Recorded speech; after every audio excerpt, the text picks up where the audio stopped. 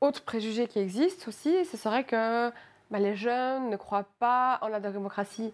Justement, lorsqu'on entend le discours des jeunes ou lorsqu'on va à leur rencontre, dans des entretiens, dans des enquêtes ou même dans des tables de discussion, ce qui ressort plutôt, c'est que les jeunes sont assez portés par des valeurs démocratiques, telles que des valeurs d'altruisme, et aussi, plus que la population plus âgée, ils ont plus à cœur la tenue d'élections libres et justes. Donc voilà, là où se démarque aussi du reste de la population, c'est sur ce plus grand espoir envers la démocratie.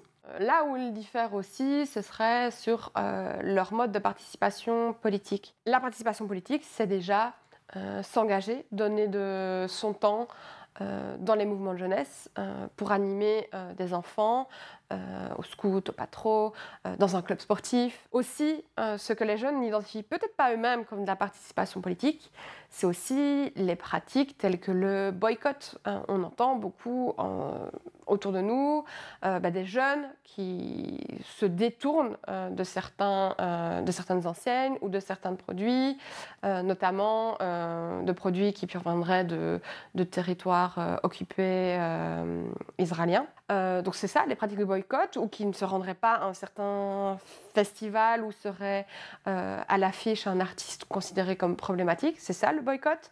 Aussi, dans leurs pratiques de consommation, des jeunes qui se tournent vers de la seconde main, qui aussi, pour des raisons de conscience, ont un régime végétarien ou vegan. Ça aussi, c'est de la participation politique.